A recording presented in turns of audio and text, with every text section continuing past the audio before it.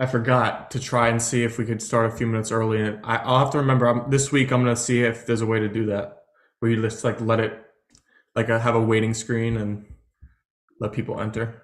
Yeah, not a huge deal. I feel like 11:01, we're still in pretty good I shape. forgot to try and see if we can start a few minutes early. And I'll have to remember this week. I'm myself. All right. Think we're good. I think we're good. We're streaming. All right, cool. So I think we'll start off today kind of summarizing all the topics we covered last week, and maybe we'll go in chronological order. So we had NVIDIA earnings and then the Powell speech. And if we want to cover NVIDIA, which kind of crushed earnings and rallied like shortly, but then kind of sold off. So if we want to touch on that. Yeah, it was really kind of shocking for them to do that well. I mean, honestly, for a company of their size to like go 101% revenue growth, it's absolutely incredible. But obviously, some of that was expected. Some of that was expected when they were revising guidance on their last quarter. And we'll talk a little bit more from a value perspective, I think, on one of our topics later.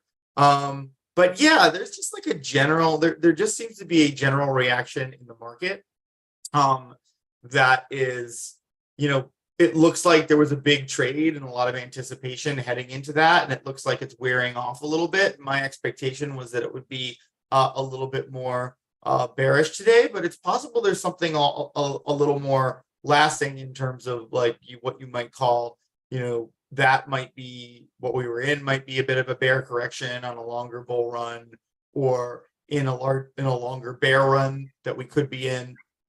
This might be a bit of a bull correction there, but I would say I'm still gathering data for that, and it looks like there were some big bets placed on kind of that NVIDIA announcement, and then it was kind of like a buy on the rumor, sell on the news kind of situation where it was like really underwhelming.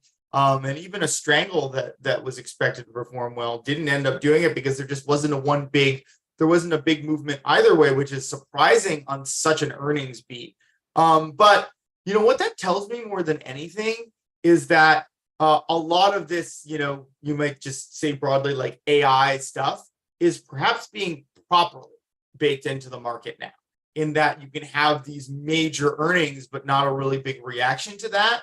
So that's kind of my big takeaway from that. And then, I would say similarly to the Powell speech, where, there was a pretty bearish tone to it in terms of, I would say expectations beforehand that we might be done with rate increases versus what he guided to, which is like, we very much are not done. Not necessarily that there will be some unknown number of them, but like he did not necessarily want to say that we were done, or that he was seeing the data that would let him indicate that it was done.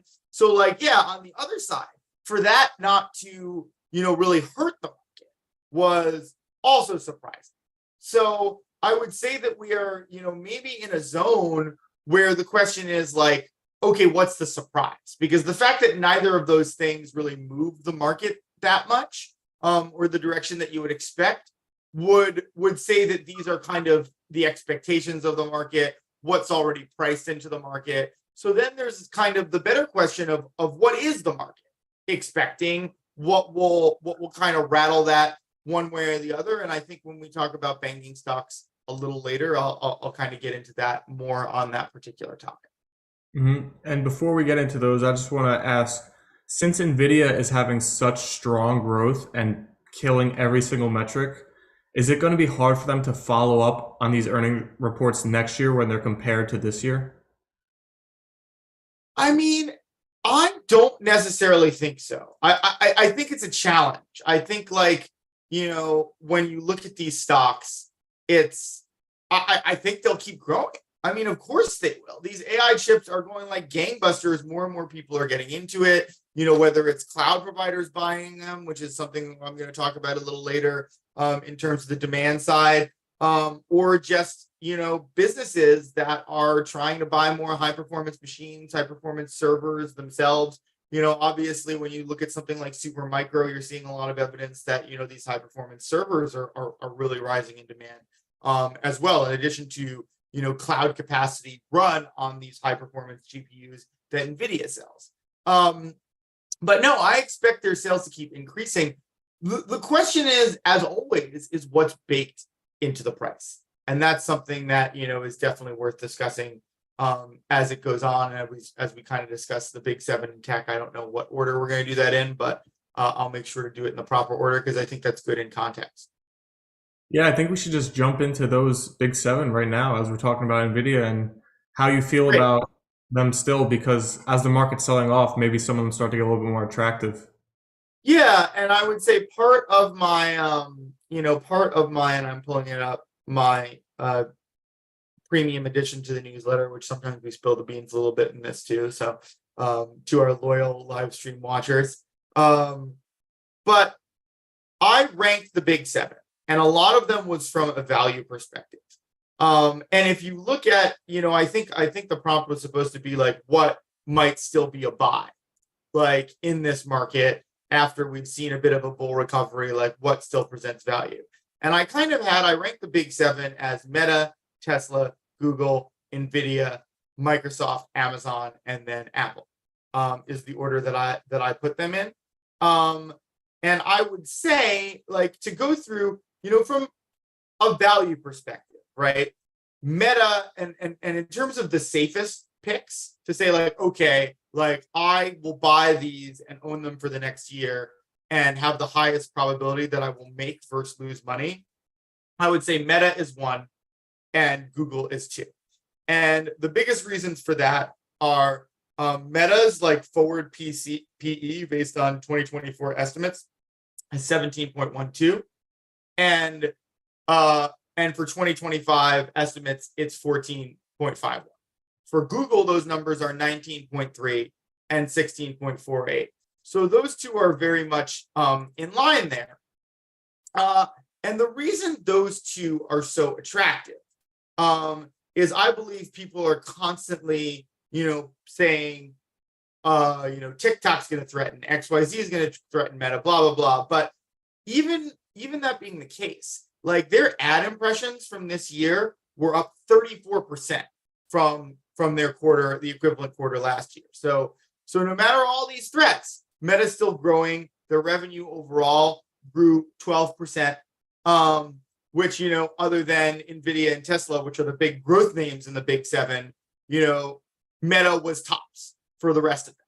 So, Meta is just a very solid business that gets undervalued because I think Mark Zuckerberg is less likable. They do some things in politics, and then I think that like maybe neither side really is that happy with them on, because I think it's kind of like hands off at times, and then other times like a little too much oversight. They can't seem to get it right there on an understandably tough problem. But I think that makes them undervalue from that sense, because like, yeah, TikTok's been around, but they're still growing.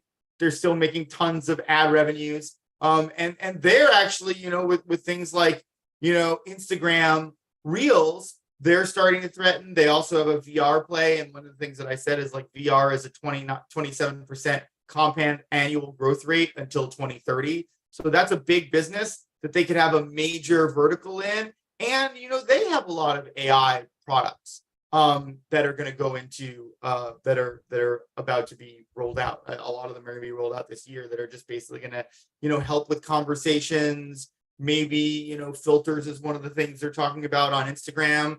But they have excellent AI tech, a great training set. We talked about this all the time. And, they're trading at a discount relative to all of that. And Google, I would say just very quickly, we talk about this all the time. Google has like the best AI brain. So for them to be trading at a discount relative to Microsoft, which is like basically a lot of people are like, the big growth products that I see, ChatGPT, Copilot, which is something that they do with GitHub, and it's basically like code assist that is tandem with ChatGPT. Those are, I would say, their most exciting products. But they depend on an AI brain. And there's no reason that, what's particularly interesting to me about Google is they've started to roll out things in G Suite. And that's something like in your email, it's already there. It's a paid add-on. I've actually registered for my G Suite to be added into that, because it's like very different if you're writing an email and you get some helpful functionality in your existing interface versus going to ChatGPT and doing a whole, other situation, which I do use sometimes, but it's not necessarily in my workflow. And that isn't to say that, Microsoft isn't a threat to search based on how it, based on the ease of ChatGPT and the way people are integrating it. It is. But Google is a major cloud player like Microsoft. It actually grew the most. It was a 28% cloud growth, which beat Microsoft at 26% and beat Amazon at 12%. So in terms of cloud growth, they did the best this most recent quarter. And AI and cloud, it's very intertwined in terms of the growth areas. So they might lose some in search. I don't think they're going to lose a tremendous amount. But even if they do, they have these other growth plays. And one of the things that they actually have is their own AI chips. And the thing about AI chips is when you're doing cloud and you have potentially more efficient AI chips, and I shared something basically like in test is more efficient than the newest generation of NVIDIA, then all of a sudden your cloud, basically a lot of that demand is being built out by Google buying NVIDIA chips. But if they're using their own, that not only creates a great business for producing those chips and potentially a margin on selling, more high performance computing. But that cuts into NVIDIA's growth because Google is a huge customer of theirs. And Meta's making their own chips on that. Supermicro, I mentioned, these high performance servers. There's a lot of stuff coming for NVIDIA, and they're undoubtedly amazing. 80% plus market share of the chip market. But and I'm kind of jumping around a little bit. I ranked NVIDIA 4, Meta 1, Google 3, but I kind of did Meta and Google first as the value plays. But I kind of situate why I like Tesla better in talking about NVIDIA, where it's just like you have extreme exposure to the AI chip market with NVIDIA. And if there's a major announcement, if Google has like a major chip announcement, Meta, any of these people, that could eat into NVIDIA stock in a day. But one thing that I see online a lot is people being like, they're like, oh, I told you NVIDIA was going to go up. And they say it, and it's just like, yeah, like you were probably going to be right about NVIDIA going up. It's a high growth stock. It has crazy revenue projections. It's growing really fast. But you don't necessarily understand the risk you're taking when you just say it's going to go up.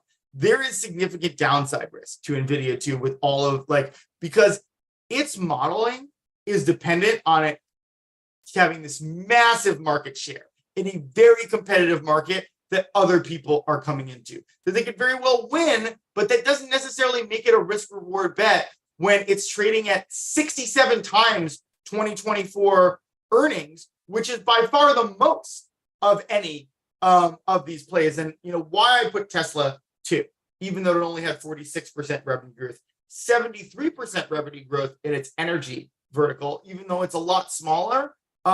That is something that's worth noting, that vertical is growing, and that's something that is very interesting to me, especially. But Tesla, the reason I like it, and it's trading at 57 times 2024 earnings. So it's trading at a bit of a discount to NVIDIA, but it doesn't have the same revenue growth. But what it does have is it touches batteries, it touches personal robotics, it touches EVs, and then EV charging, which are all, at least, I believe, 14% compound annual growth rates for any of them. And they're in all 4 of those businesses. And that's kind of the difference for me and NVIDIA, where it's just like Tesla could just be players in all of those industries and see massive growth in all 4 of those things. NVIDIA is required to be this dominant force in AI chips. And any kind of break from that causes a massive amount of risk. And that's why I put it forward, despite the fact that I think it's going to keep growing. It just has more risk to it, and it's priced the most expensive of any of those stocks.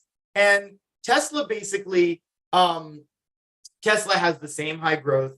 It's exposed to more industries, and it has a wider product line. The other thing that I always look at is I say, how much is built into the current price it's trading at, right? And when I look at NVIDIA, I say, especially looking at the recent earnings, I say, Well, it's gonna grow, but like especially in light of the fact that it's the most expensive of all of the big seven trading to 2024 earnings, like how much is that priced in? Maybe a lot versus like let's say Tesla in the next year has a big announcement on the Tesla bot. Or another big, let's say like a huge battery contract or something like that that isn't really built into its projections in the same way that AI chip growth is undoubtedly built into NVIDIA's projections, that could really send it rocketing in a different way than NVIDIA can, because who knows how much like growth is now built into how NVIDIA is trading. And it could still beat its revenue estimates, but people could, like this quarter, be underwhelmed by that because a lot of that is already priced in. And that's why it's trading at 4. And you kind of look at it at the difference between, let's say Google and NVIDIA, right? And Google is basically trading at a 3.5x discount to 2024 earnings versus NVIDIA. And I'm just like, do I really have, like, maybe ChatGPT is a bigger threat to search than NVIDIA currently has in these other like chip players or whatever. But is it 3.5x? Is that worth trading at 3.5x to the Google value, basically the downside prediction that you have on Google based on their forward earnings? I don't think so. And that's why I put NVIDIA below Google. Then below that is Microsoft. That's trading at, I believe, about 29% forward earnings, or 29x PE on 2024 earnings. And yeah, that was an 8% revenue growth. And essentially, yeah, like, again, I just think if Microsoft was trading at a discount relative to Google, not more expensive, maybe you could make a case that like, hey, like it's got a lot of AI growth to do in the business, and maybe it's worth a flyer. But trading more expensive than Google, I don't know why anyone would want to own Microsoft over Google, just because like Microsoft has made some good acquisitions, but AI algorithm development, that is in Google's DNA. So until further notice, I don't know why, and Microsoft actually being able to create something original in AI and show that they actually have something that can compete with the Google brain versus just good products. I don't know why anyone would ever pay more for Microsoft than Google relative to forward earnings. The next is Amazon, and Amazon was something that we really liked at lower prices, but now it's trading at 44 times forward earnings. And I just think it's kind of a victim of its own success. Like it just can't, like, even in Prospero, it's 104 profitability and growth in terms of our ratings combined. And NVIDIA is actually at 163. And I think that that's a big difference between those two stocks. Whereas NVIDIA and all the stocks in general, I would say NVIDIA had a 63 upside breakout, which means despite that incredibly high, the highest profitability and growth that we registered, it doesn't have a tremendous amount of long-term options bets relative to something like Meta, that's 100 upside breakout, in Tesla, which was 89 upside breakout. It doesn't have the same amount of upside long-term expectations on it, just because I think that's playing out what we talked about. There are more downside risks to it. And so there's just not as many long-term options plays, even though there's significant amount of short-term options plays. And I think you see that with Amazon and Microsoft. Both of them they have higher upside breakouts and downside breakouts, but not a lot of long-term options plays. Just because I don't think there's as exciting upside to those two stocks based on where they're trading relative to value. And Amazon is like, by the time I think you get to 2026 earnings, it was trading more in the 20s on that forward PE. So I think Amazon might just need to, perhaps be more undervalued, underrated before it gets more, before it becomes a good purchase again, before institutions want to like speculate on it, get high upside breakout.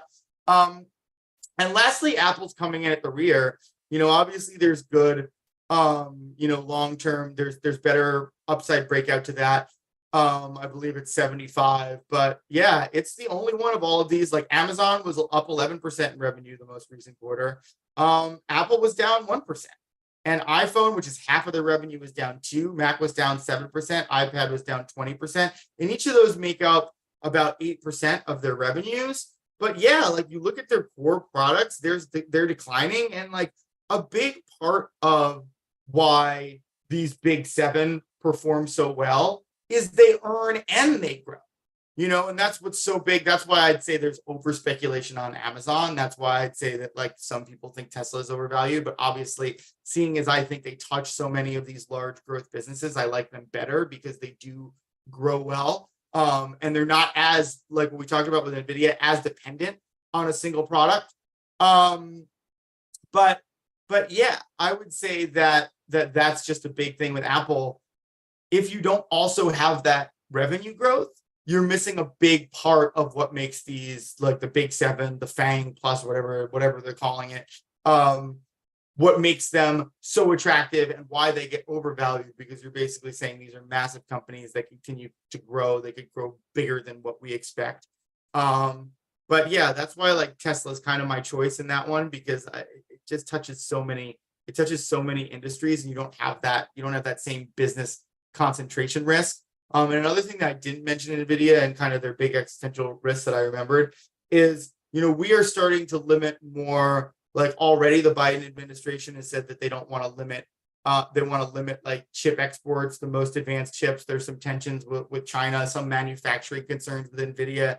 That's a big existential threat to NVIDIA, like a variety of things there that kind of gets built in. Yeah, if everything goes well, the stock is going to go up. They're going to beat revenues. But with all of that single product concentration, like the number of risks in keeping that market share, that 80%, and there's been some demand side, some kind of supply risks where they said they can't meet all their deliveries. There's a lot of that stuff there. That yeah, I just think some people just don't realize the amount of risk that they take on with an asset concentration, like or a product concentration stock like Nvidia, and they just think because it goes well, it meant they're right. But a lot of the times, just like a risk didn't play out, it doesn't mean it was as sure a thing as you think. And I think a lot of people look at Nvidia and even Tesla like that, which is why I would say if you want to protect against gains, to put a wrap on this, I'd say you own Meta,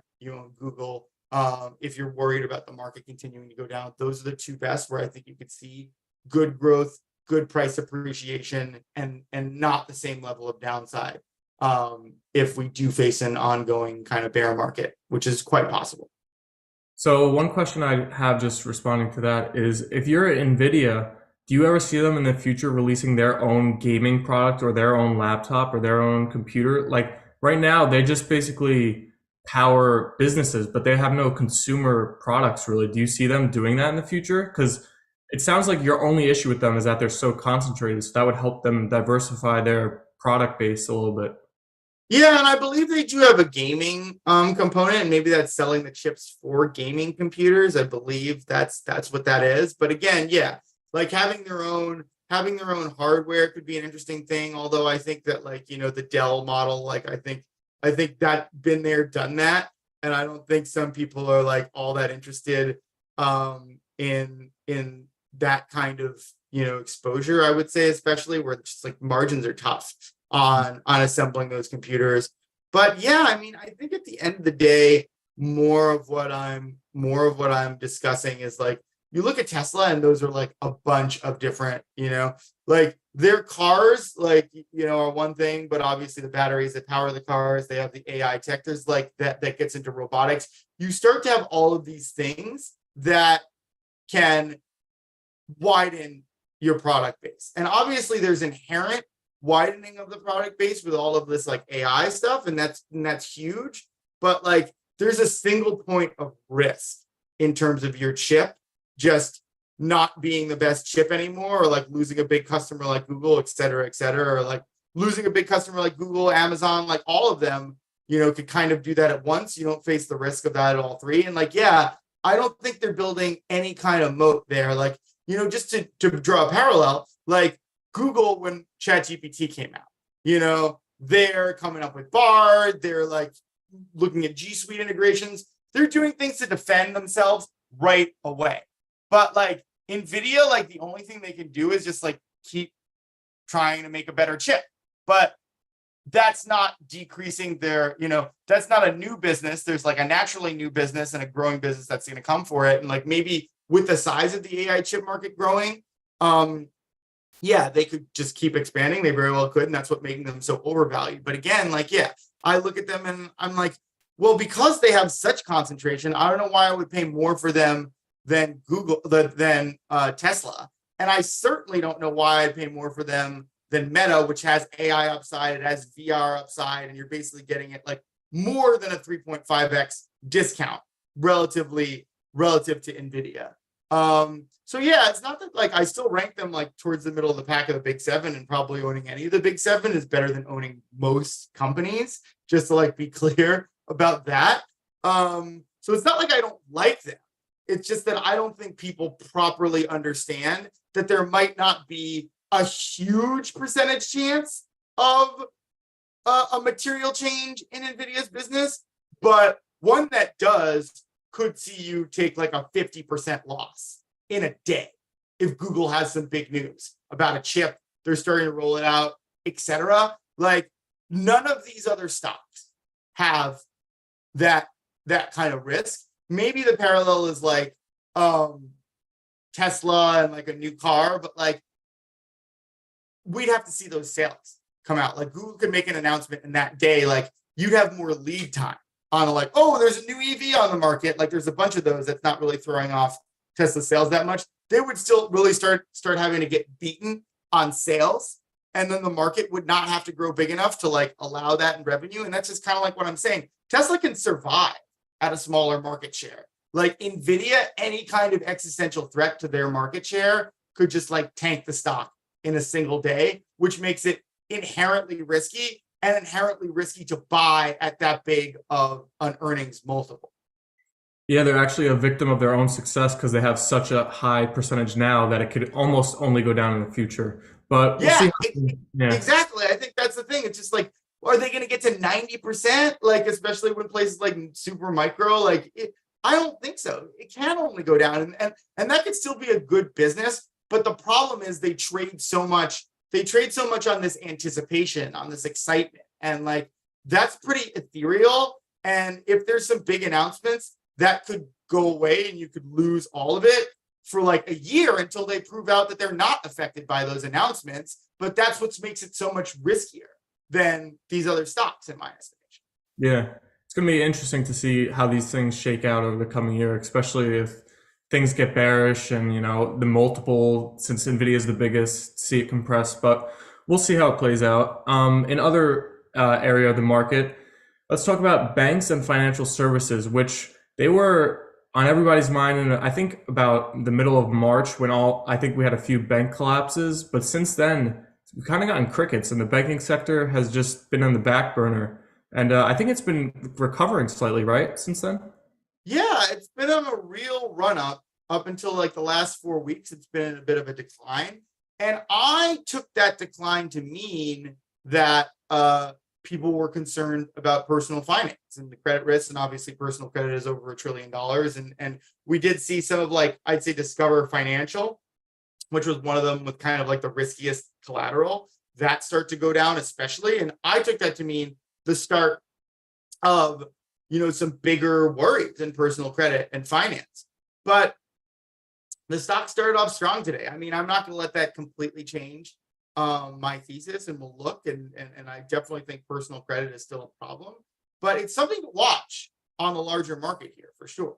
Because if bank stocks do have a bit of a recovery, and we do see evidence that, maybe this personal credit is not a big of a worry for these large institutions as they bet on these financial stocks, that could just mean that there might not, like, I am looking for that as a indication of the market as a whole. Whereas if it recovers this week, next week, we see like bank stocks, show that they aren't ready to like go as far down as they kind of went, since they've pretty much been on a pretty steady rise since March. Then yeah, it might be something that we could come out a lot better than some are expecting. So I've got my eye on that. And like if QQQ net option sentiment and SPY is like, which is a little lagging, stay good this week, and we see a good banking week, I'll probably revise my whole outlook to be more bullish. But obviously, we have to see the rest of how the rest of this week plays out. I still think we could be in this, like I said, swing trade around Nvidia, the market, basically, a little bull trap around that excitement, get as many people buying call options again as possible. But yeah, like the performance today does not at all support concerns about a credit crunch. But we'll see. Obviously, it's just a single day of performance, but it's definitely something to keep an eye on. Really interesting because I'm pretty sure Jamie Dimon came out, who's the CEO of JP Morgan, and said that consumer savings are going to run out around December. So to see banks rally in that is kind of odd. Maybe just they lag so much. It's kind of like, I mean, it's just today, like we're talking about, like it was pretty much 4 down weeks and then a strong day today. So again, it's just something to keep an eye on, like before we call it like a rally. But yeah, it definitely is, like the personal credit thing is definitely a concern. So for them not to see, like, the other side of it is like there's some, higher interest income earnings for all of these, lenders and things like that. So, if there isn't a crisis, it is like a higher earning time for them. But yeah, I would say that it's definitely weird that like people like Jamie Dimon are coming out and like being concerned about that. Yet we have like this support in the banking sector this week, and August and September are traditionally not great months for the market. So yeah, it's puzzling. It's just a day, but like I do think that's worth looking at for the rest of the market. Like if it turns into 2-3 days and bank stocks are like on a little recovery here, then that would definitely affect my overall market outlook for sure. maybe it's money coming out of like Square and PayPal because those stocks have gotten killed. And I mean, they're kind of banking, but they're a little different. But maybe it's coming from that. Could be. I mean, for me, I like what I'm looking at is I mean, I think those are doing decently well today. I'm in Square on my newsletter. Um, but yeah, I'm checking it out. I think it's doing okay today. Um, but yeah, it's down a little bit.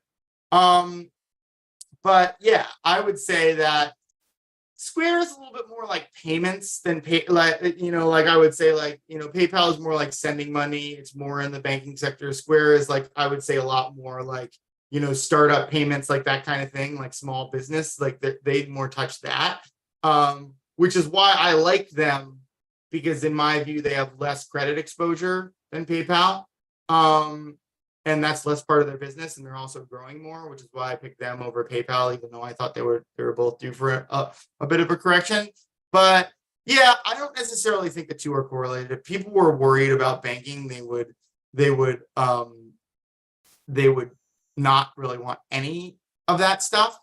But yeah, I think people are definitely like souring on those companies. Mhm. A bit. They've been down in the dumps. Like even Square, like RSI, has been in oversold, and it's not really recovering. But yeah, it's very weird what's going on, and I don't know if I don't know if it's just kind of something where there's a little bull trap, like to get people like buying before they short the shit out of these banking stocks, like one last run. Um, but yeah, I don't really know. It's definitely confusing that everybody kind of agrees on a high level that there's a credit crunch coming, personal savings is going to run out, but like after uh after some, like, basically a month of bad weeks for banking stocks, a recovery to start this week, that's not in line with that trend. So it'll be interesting to monitor. Now, here's the theory that I have, and you could call me crazy or not, but I feel like that information is so readily available nowadays that things are priced in almost almost instantly, like so far in advance of when the event actually occurs, and then things kind of revert to the mean like as it occurs. But like since information spreads so quickly nowadays, things react way, way, way, way in advance of when the actual event is going to happen. Do you think that's accurate? Yeah. I mean, I think something like um, I think something like I would say social sentiment. That is just something like unless you have other signals, I think trading on that it gets integrated super fast. And sometimes it's even like, you know, these shills that are on like stock twix or whatever that are just like, they're generating the message to trade the stock before they're getting out of it, which could make it even like harder to get out in front of. But I still think there's news like Triple M, for example. We saw that big news event and I dumped it in my portfolio on Friday because I saw the net option sentiment going up. So there's always these like whispers and there's always like, you know, things where I think it's not totally priced in. But yeah, I always say for like a retail trader, retail traders I don't think should be trading on net op. They should be trading on news or social sentiment. That's more of why we created an option sentiment because that's potentially something that could get out in front of news. But like, yeah, like I always see like I actually saw someone posting in like a Robinhood group, like, oh, like what news sources should I use to like get ahead of the market, basically. I'm just like, no, that is not how you should trade. Retail traders should not be trading with news. Most of that is, you know, baked in. But like, I would say what you need to do is say things like we're talking about, like, oh, do I think a company is being underestimated by Wall Street? Do I think they're trading at a discount relative to where these other companies are trading at? Like, do I think that like a news event is going to arrive to be supportive of, say, growth? Where you're just saying, I don't know, like, you know, with something like DNA or that we're looking at where there's been a bunch of news events and we like it long term. We're just like, yeah, like you might not know the news, but you might expect growth and you know, growth is going to be hit with growth stocks in the form of news more often than it's going to be hit in the actual like results. Mhm. So I think that that's the kind of thing that you have to look for. And like, yeah, like getting to kind of, I would say, growth news very early is still something like that's a potential, but something like Triple M, like the lawsuit, like I'd say the news gets baked in probably even before that, because it's something like anything with like trials, legal, like government, like all that kind of stuff, there's going to be leaks beforehand. Stuff that's more like company demand deals, like you have a better shot with that, but you're better off looking at the business as a whole and figuring out if you can get out in front of a growth story. Whereas that's news I think you can actually get in front of. Yeah, so you mentioned Triple M, and to our viewers right now, you guys probably all use at least one of their products, but I'd love to know. So comment if you actually own Triple M stock, because I'd be very surprised if any of our viewers own it. But so you know it's bad when a company rallies because they're getting fined or they're having a settlement of 5.5 billion instead of 10 billion. But that's the news after their military earplugs were found to be ineffective and faulty. So, but you, I believe, dropped 3M right before this, right? Yeah, I dropped it on Friday. I was short it, and I noticed that net option sentiment was going up all last week, so I was able to get out of it. Um, but yeah, it's definitely something like right there. It definitely looks like some people were playing that, but like that's something that's the perfect example of a news source that retail could like never really hope to play because that was probably like leaks, like lawsuit leaks with sources or people that just like it doesn't even have to be leaks, just like very excellent legal minds that can look at a case and say like, oh, they're not going to have to settle for that now. Like, but that's just like the perfect example of like knowing where you're at and knowing that kind of thing and why like net option sentiment exists again. Because like we're just seeing who places the bets and you know whether there's people getting like you know leaks or whether there's people that are actually odds making these lawsuits better than any of else can because of legal expertise. You know, looking at where they're betting is much better than trying to like figure that situation out for yourself. And it's really hard because like sometimes there could be a lower settlement and it's like, you know, it doesn't affect the stock as much because people we're not necessarily baking in the $10 billion settlement. They were already expecting 5.5 or then enough of the market was. So that's what makes it so hard to do and why it's better off like biting off slices that you can understand well And I think that's honestly why growth works the best for retail, because it's much easier for someone to say, like, oh, I think this company has potential 2, 5 years, whatever. And if it keeps growing like over that time and you hold it, chances are you're going to make money. But, looking at a more mature business that's just dependent on like a fixed amount of profitability, not a lot of growth, you're always looking at more things that are just going to be harder and require more expertise to calculate more specifically. Now, I have a question regarding the lawsuit. I remember, I think it was like a year or two ago, Johnson and Johnson was getting fined all for that like talcum powder type stuff, and they tried to create a spin-off company and like transfer that fine to them. Do you think that should be legal for companies and businesses to do? Oh no, that shouldn't be legal. It's unethical. It's immoral. Like it absolutely no, you should not be able to hide behind something that is very clearly your legal responsibility by creating these different entities. Um, that's just like totally against the spirit of law. That's totally against like anything that anyone should be doing. Obviously, like a lot of these companies are, not. I mean, it was great to see what happened to Purdue Pharma, where like they were actually held responsible for something that they did that was bad. Like, I would say that there was probably some criminal liability there as well that they shirked, because essentially they were a massive drug dealing operation and they knew about it and did nothing. But yeah, like I think with all of this stuff, companies are not going to do better until they actually face the proper amount of consequences. So it's not even about like punishing, like enforcing morals on Johnson and Johnson, or like punishing them for like any other reason than like, unless they pay the proper fine or like the proper price for hurting people for being sloppy with how they roll out products, say whatever you want to call it. Like unfortunately, like these large companies don't seem to care about hurting people. They don't seem to care about human life very much. And maybe like these people on an individual level care, but the entities that they're a part of do not seem to care in actuality. So until there's a proper price based on for them not caring, they're definitely just going to keep doing it and being sloppy and just saying like these fines are a small price to pay relative to how much money we can pay for like not caring about hurting people and not caring about putting these like drugs or whatever through the proper QC, that it doesn't hurt people.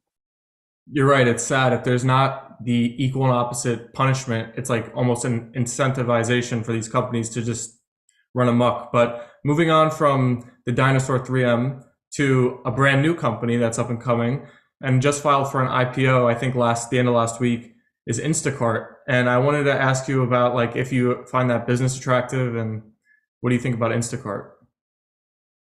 Well, I think a lot of the following things.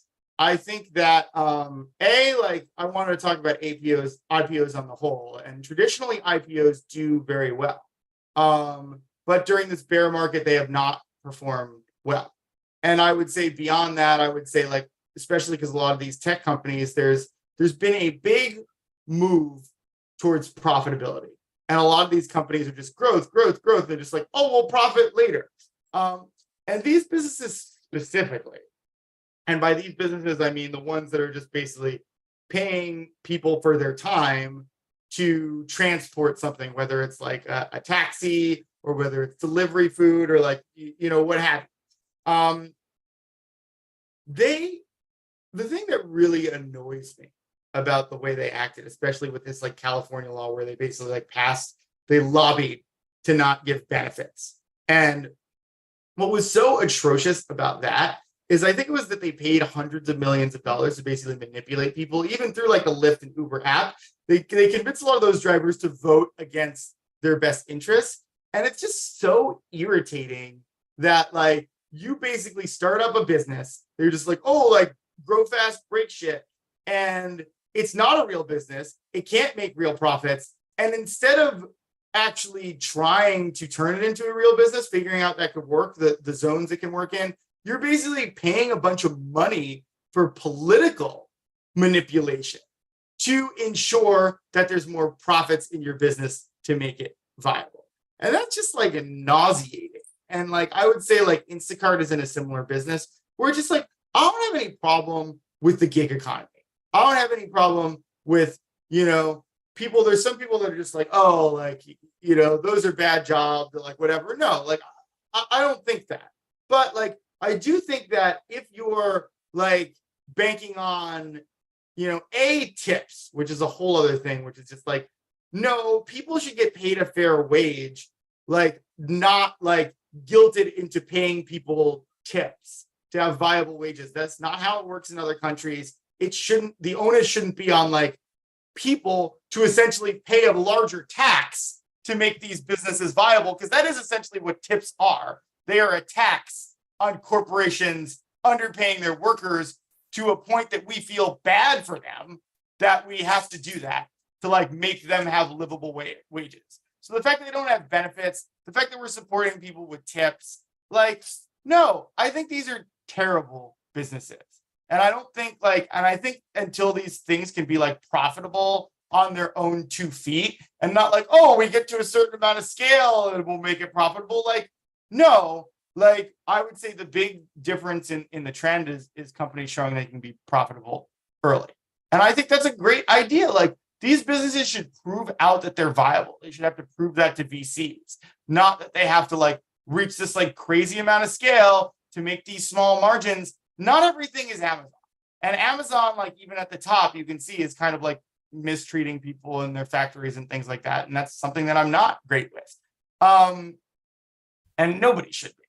But at the same time, not every business is Amazon. These businesses should have to be viable, and the viability of these businesses shouldn't rest on high tips and no benefits.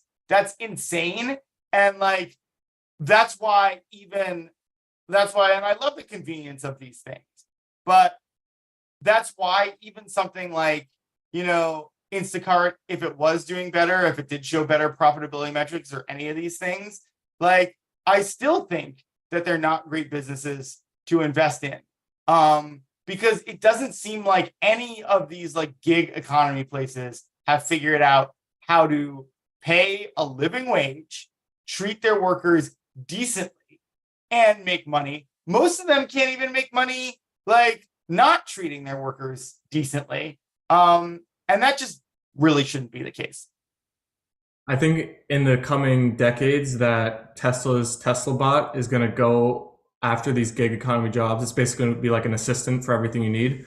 But maybe these companies like have to buy from Tesla, and then they'll have these robots that are working for free, and then they'll be able to be profitable. But that's, I mean, decades down the road. But it sounded like you don't like Instacart really as a business. No, I don't like any of these gig. I don't like any of these gig things until like nobody's figured that out. What Like, about Airbnb? We didn't mention them in the gig thing. oh yeah, I put that in a bear pick, although it doesn't look like it's starting out that well as a bear pick. Although I kind of want to get up to date. Oh, it's almost in the. Oh, yeah, it went into the red, but so did Tesla. But yeah, there's a very interesting law. Basically, they're basically making it almost impossible to rent in New York for Airbnb, and like that is a big concern. Like because I did Airbnb way back in the day. And they were the first people. New York City was the first to make it illegal to advertise an Airbnb. So your landlord could just print up an advertisement and take you to court. Whereas beforehand, it was a lot more difficult to like prove and stop you from renting. And now there's like an extreme, and a lot of other places like followed suit on the advertising thing. And yeah, like not only do we have like personal spending, and I would think luxury goods like vacations not having a great outlook, we have potentially turnover in some of these Airbnb places because the mortgages can't get paid. Then we have like potential like loss of these listings through laws like we see in New York that might get duplicated in other places. Like I am concerned about Airbnb long term, like not as a viable entity. They're actually one of the few profitable like tech unicorns. So they'll be a viable entity, no doubt. But forecasting them as a big growth entity, liking them in like a bear or a neutral market. I'm definitely not there, and I'm definitely concerned about Airbnb from that perspective. hmm Staying in the realm of real estate, but before we move on, to all our viewers, if you have any questions that you want us to address, you can comment them right now and we'll do our best to answer them. But China Evergrande, which was a massive story when it first came out over a year ago at this point, just opened back up their stock in China and it was down, I think it ended the day down 79%, but it was down 87% at one point. And I mean, this cannot be good for the China economy, like that signal, right? Yeah, I mean, but part of it is just like when you have like such the difference between the U.S. economy and the Chinese economy. Like when you have an economy that's that controlled, and you're just basically like you go away for all this time, and then you start it listing again. Like maybe you're helping it by doing that, but also you're just not inspiring faith in the thing as a whole. As I think we're almost a year from when that news first hit, and then like this is the first time you're like actually letting free trading come in. Like, do we think you're getting like an honest opinion about what's going on here? That seems like a massive cover up. It seems like a massive cover up in anything. It seems like you're trying to like prop it up to support other things from collapsing because you're worried that that will tumble into other things. And yeah, that doesn't inspire, to your point, that does not inspire like confidence in the economy as a whole, that you can't just like let that work itself out in the free market. It's obviously never going to be a free market, but if you need that much time to basically like stabilize things around it, yeah, I mean, it's like one of those things where you hear a lot about ghost cities in China, and you hear a lot about like basically the way they prop up the economy. It's very hard to invest in. And I don't know. It's like one of those things. It could be good. It could be bad. Like it seems like there's a lot of bad stuff brewing. But yeah, it's just like one of those things where the U.S. has its problems, but especially in terms of like foreign money going in there and foreign investors, it's like, yeah, I would be concerned. I would be concerned with just like because it's just like you don't even know if you're getting the real story. How do you invest properly? It's like when I talk about retail investors and how they talk about like Tesla or Nvidia. It's like, oh yeah, it's going up. But it's just like, well, what's your thesis? What are you doing? Like, do you know? Like, do you know how much of the growth is priced in? Most people just like have no idea how to answer that. And they're dealing with much better data. Like, I think I could dig around all day and just like not be confident that I was even getting like real financials. So how do you invest in China like that? And I'm sure a lot of like international money feels that way too, especially when you get behavior like this, where it's just like trading stops on something for almost a year because there's bad news. It's just like, what's crazy about that is even if you're invested in it, it's likely illiquid.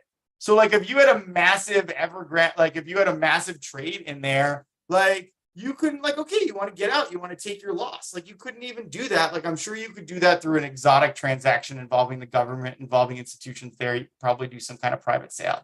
But that's just a lot of extra headache. And you might have to take a bigger loss than 80% just to get out of it. And that's the problem with a manipulated economy because they get to make up the rules.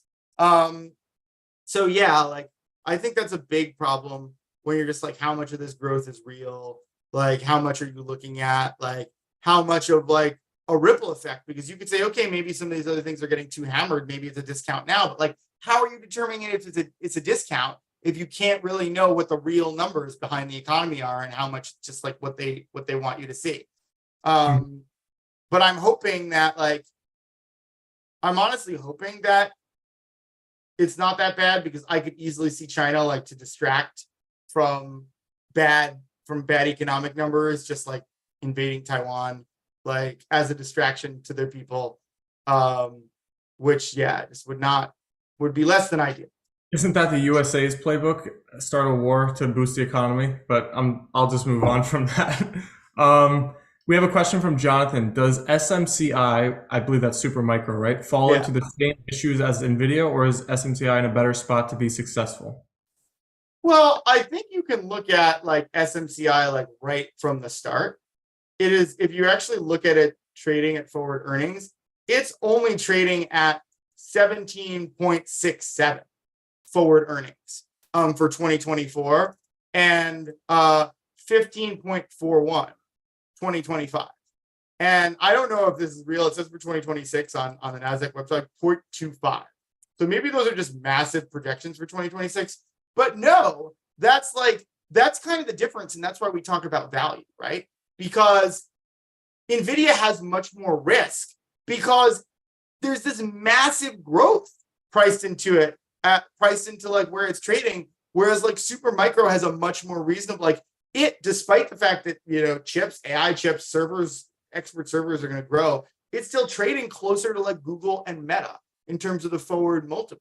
So that's how we talk about like insulation from risk. When we basically say like, okay, even at these massive growth projections, NVIDIA is trading at a massive valuation, whereas like Supermicro also has pretty big growth projections, and is trading at like a much better value relative to that. And that's kind of like the insulation of risk, where it's just like there's more room for Supermicro to, mess up, whatever you want to call it, than there is for NVIDIA based on the relative values that they're trading at.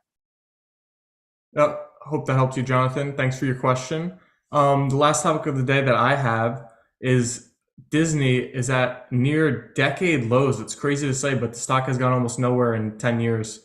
And is this a value or a value trap? I mean, it's tough to see it going much lower from here, no?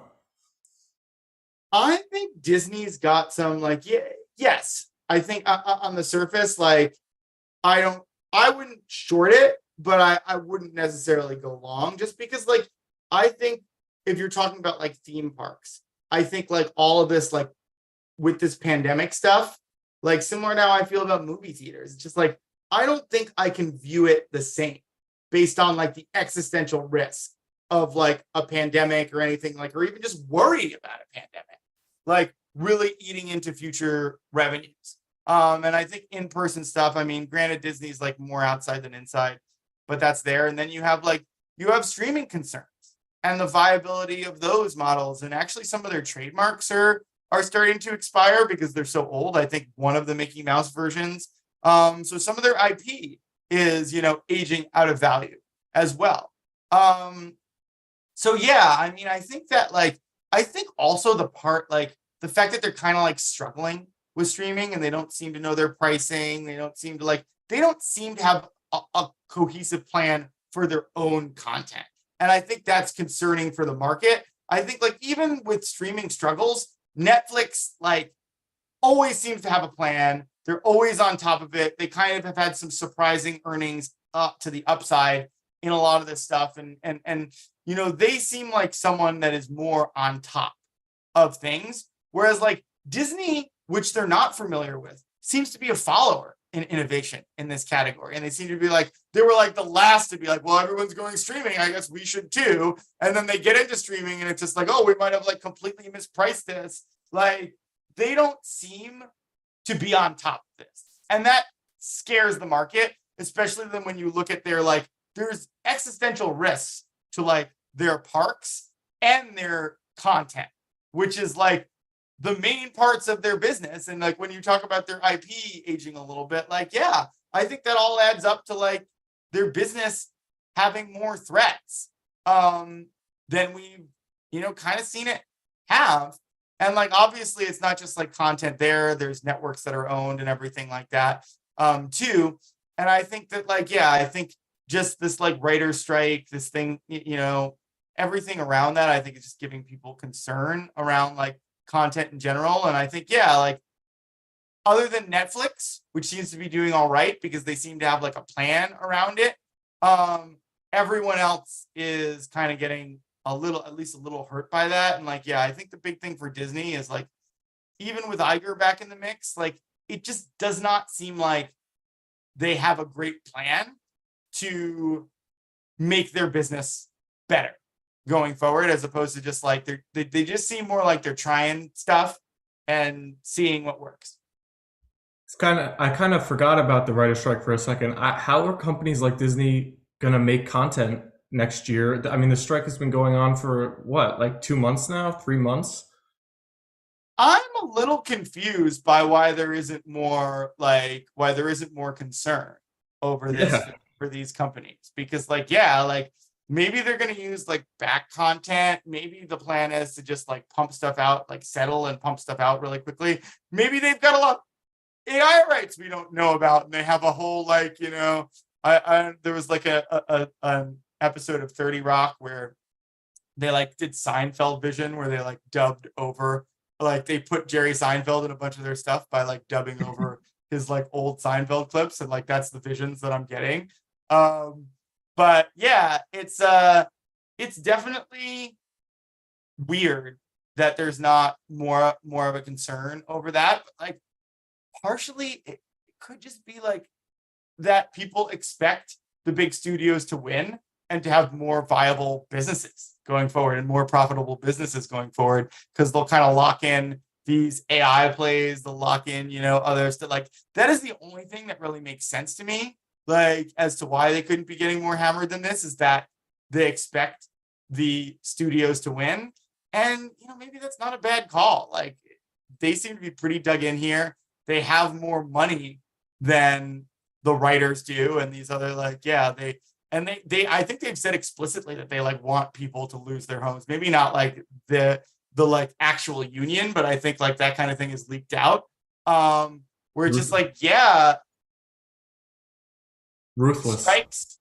strikes end up like even if both sides start off like very invigorated, like a lot of the times they end because the people that are like, need the money more, just like don't have the stamina, and they don't have the stamina for good reason. Like they shouldn't suffer if a side is just going to dig in and not care about you. Mhm. But yeah, that is a tough situation that like I think unfortunately I hadn't thought about it that much, but yeah, it might just be that the market is pricing in a more viable streaming business model going forward because they think the the big players are going to win. Sad how ruthless business can be sometimes, but anyway, we have a couple people watching here. If anybody wants to ask questions before we wrap Yep, this we're up. in the questions or go time. I hope my answer was satisfactory for you, Jonathan. Um, we will probably wait another 60 seconds or so and then call it quits. Sometimes I listen to our topics and I'm like, there's no way we're gonna make it the hour, but we somehow make it. Yeah, every week somehow we just maneuver around. Yeah, you're right. All right. Well, it doesn't seem like we have all right, we got a yes, thanks that I answered the question. So all right. I think we'll wrap it. All right, see everyone back here next Monday, 11 a.m. All right. But in September. All Yeah, September, new month. Hopefully it gets us right. back. All right, see you later. All right.